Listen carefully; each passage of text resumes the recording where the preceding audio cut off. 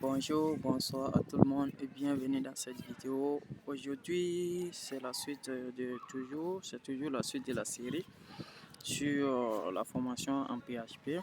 Maintenant, on a dit que non, le fichier PHP créé doit être toujours dans le dossier htdoc des emplois. Donc ici, j'ai ouvert ce dossier. Au niveau de Visual Studio Code, vous pouvez bien le voir, htdoc comme ça. Et à l'intérieur, j'ai mon first app que j'avais créé avec vous dans la séance passée, où je vous ai appris comment créer des commentaires sur plusieurs lignes comme ça. Ensuite, comment créer des commentaires sur une seule ligne. Donc, je vais effacer cette partie comme ça.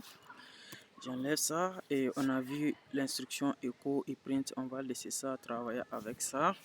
Donc, ici, on va essayer de voir des deux autres instructions qui sont include et l'instruction require. L'instruction include, c'est quoi en fait? À quoi c'est l'instruction include et require? Et je vous montre d'abord le résultat de ce code comme ça, parce que j'ai une image ici, une image que j'ai nommée footer.web et une autre image qui est une image qui est header.web et puis une image qui est footer.png. Donc quand on regarde les résultats de notre code, j'ai déjà vu avec vous comment regarder le résultat d'un code au niveau de PHP, dans le local suivi du nom de notre application. Donc quand je lance, voici c'est le résultat qui est là comme ça. Voici notre première image, ça c'est notre echo, ça c'est notre print qui est là. Et on a notre footer qui est en bas ici, tout en bas ici. Ok, il peut arriver que souvent vous avez par exemple au niveau d'une vraie page comme ça, le footer qu'on a mis ici, on veut utiliser ça, on veut appeler ce footer d'un autre fichier. Ça veut dire on veut pas que le footer soit le footer, le header, le footer et tout le contenu de la page soit dans un même fichier. Donc on veut utiliser des fichiers différents, genre parce que cela nous permet en fait de réutiliser ces fichiers. Si on crée un fichier appelé header par exemple, où on a le header de notre élément, on peut l'utiliser partout sur toutes les pages de notre site. Donc c'est ce qu'on va essayer de faire et Require va intervenir pour nous permettre de faire cela. Donc par exemple ici, au lieu de mettre l'image ici, je vais couper l'image ici et venir mettre, puisque notre image correspond au header de notre page, je vais mettre l'image ici au niveau du header de ma page, et l'autre image qui correspond au footer de ma page également, je le coupe comme ça et je le mets au niveau du footer de ma page comme ça. J'enregistre également, là aussi j'enregistre. Et maintenant qu'est-ce que je veux faire? Je veux en fait appeler ces images dans ma page First App. En fait, je veux appeler ces images, ces deux pages dans ma page First App.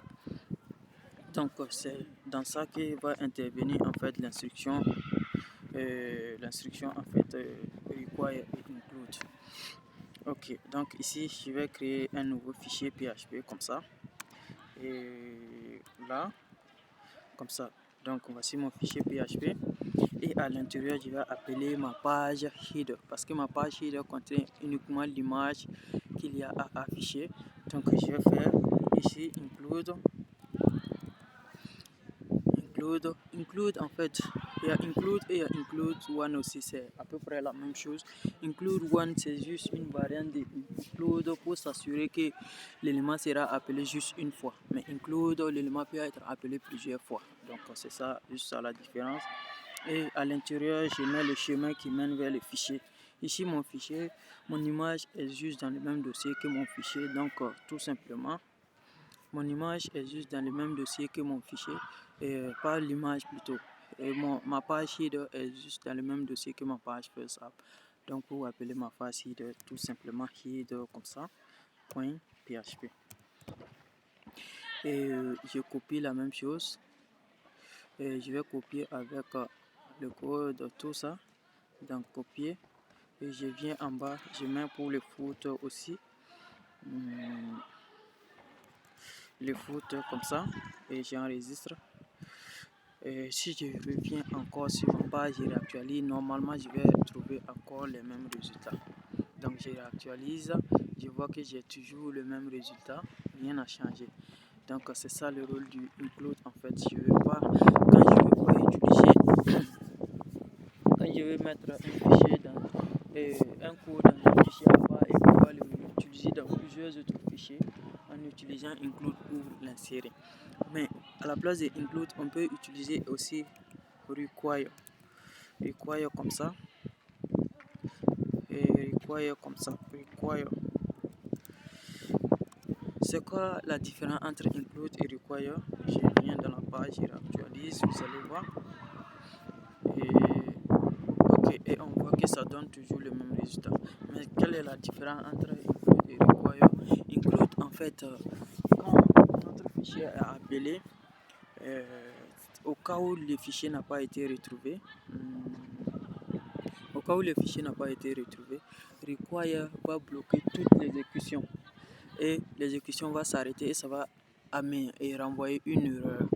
Et le reste du code ne va pas s'exécuter. Par contre, avec include, même si le fichier n'a pas été retrouvé, il va juste envoyer un warning pour dire que non, pour nous interpeller que le fichier n'a pas été retrouvé. Mais le reste du code va s'exécuter normalement. Par exemple, si ici, au lieu de mettre header, j'oublie, je mets header comme ça. Donc, j'enregistre. Au niveau du code, qu'est-ce qu'on va voir? Je vois que je rencontre une erreur et le reste du code ne s'exécute pas. Mais maintenant, si c'est include que j'utilise ici, include comme ça, j'enregistre.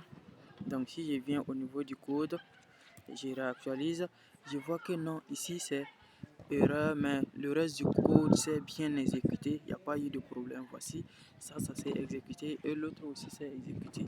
Mais on m'a juste signalé ici qu'il y a eu une erreur d'importation, tout simplement. Donc c'est juste ces deux, ça la différence entre les deux.